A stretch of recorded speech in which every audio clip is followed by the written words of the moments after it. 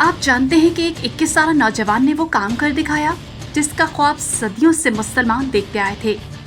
آج ہم آپ کو اس عظیم فاتح کی کہانی سنائیں گے جس نے نبی کریم صلی اللہ علیہ وآلہ وسلم کی پیشن گوئی کو حقیقت بنا دیا۔ سلطان محمد فاتح کی داستان دراصل ایک عظیم خواب کی تکمیل کی کہانی ہے۔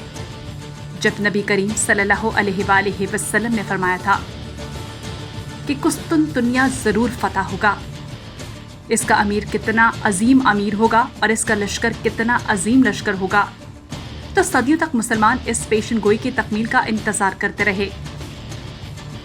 30 مارچ 1432 کو ایڈرن میں پیدا ہونے والا محمد دوم، جو بعد میں محمد فاتح کے نام سے مشہور ہوا، بچپن ہی سے ایک غیر معمولی ذہانت کا مالک تھا۔ اس نے صرف 12 سال کی عمر میں مقدونیہ کا گورنر بننے کا تجربہ حاصل کیا، اور جب وہ 19 سال کا ہوا تو دوسری بار عثمانی سلطنت کا حکمران بنا۔ 1451 میں تخت پر بیٹھتے ہی اس کے دل میں ایک ہی خواب تھا، قسطنطنیہ کی فتح، جو بازنطینی سلطنت کا دارالحکومت تھا اور جسے آج استنبول کے نام سے جانا جاتا ہے۔ یہ شہر نہ صرف جغرافیائی اعتبار سے یورپ اور ایشیا کے درمیان پل کا کام کرتا تھا، بلکہ تجارتی اور فوجی اعتبار سے بھی انتہائی اہم تھا۔ محمد فاتح نے اس مہم کی تیاری میں کوئی کسر نہیں چھوڑی۔ اس نے جدید توپ خانہ تیار کروایا جس میں مشہور ہنگری کے انجینئر اوربن کی بنائی گئی عظیم الجسا توپ بھی شامل تھی، جو 600 کلو کے گولے داغ سکتی تھی۔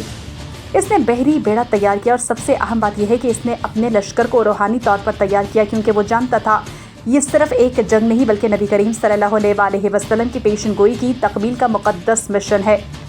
6 اپریل 1453 کو جب 80,000 مسلمان فوجیوں کے ساتھ محمد فاتح نے قسطنطنیہ کا محاصرہ شروع کیا، تو دوسری طرف شہنشاہ قسطنطین یزدہم صرف 7,000 فوجیوں کے ساتھ اس عظیم چیلنج کا سامنا کر رہا تھا۔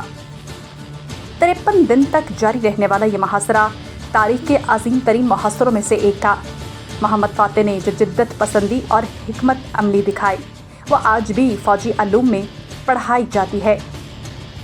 جب مسلمان بحری بیڑا گولڈن ہارن کی خلیج میں داخل نہیں ہو سکا کیونکہ بازنطینیوں نے اسے زنجیروں سے بند کر دیا تھا، تو محمد فاتح نے اپنے 70 جہازوں کو خشکی کے راستے لکڑی کے فرش پر کھسکایا اور انہیں خلیج کے اندر اتار دیا۔ یہ کارنامہ دیکھ کر دشمن کے ہوش اڑ گئے۔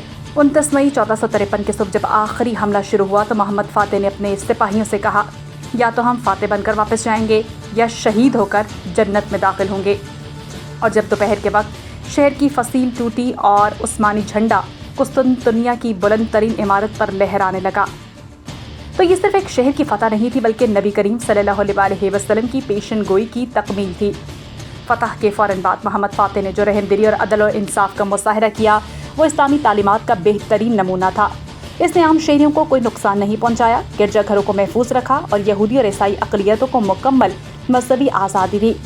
اس نے آیا صوفیہ کو مسجد میں تبدیل کر کے پہلی نماز ادا کی، اور اس دن سے یہ شہر اسلامی دنیا کا ایک اہم مرکز بن گیا۔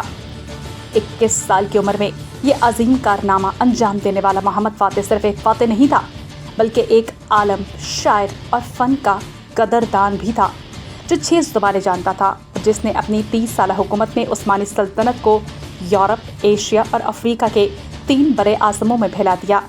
اور 3 مئی 1481 کو جب وہ صرف 49 سال کی عمر میں فوت ہوا تو پیچھے ایک ایسی میراث چھوڑ گیا جو آج بھی دنیا بھر کے مسلمانوں کے لیے فخر کا باعث ہے، کیونکہ اس نے ثابت کر دیا تھا کہ نبی کریم صلی اللہ علیہ وآلہ وسلم کی ہر پیشن گوئی حرف بحرف سچ ہے۔